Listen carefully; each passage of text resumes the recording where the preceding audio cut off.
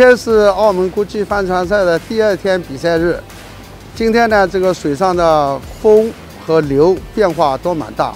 今天我们比赛呢，尤其在第2轮，我们出现了一个蛮大的故障，是升帆索爆裂，前帆升帆的那个帆槽把前帆整个帆脱落。大家还是从中体会到了这个大帆船的乐趣。 还有一种这个团队的这个配合的一种重要。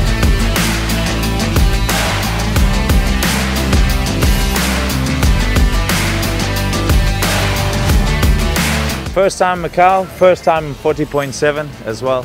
I think for me, first of all, sailing here is really nice to be here. You know, it's a beautiful place. I think China runs the best regattas. The boats, the class is by far the best sailing I've had for a long time because everyone's same speed, the symmetrical sails. For me, I prefer symmetrical sailing to the asymmetrical. I grew up sailing it.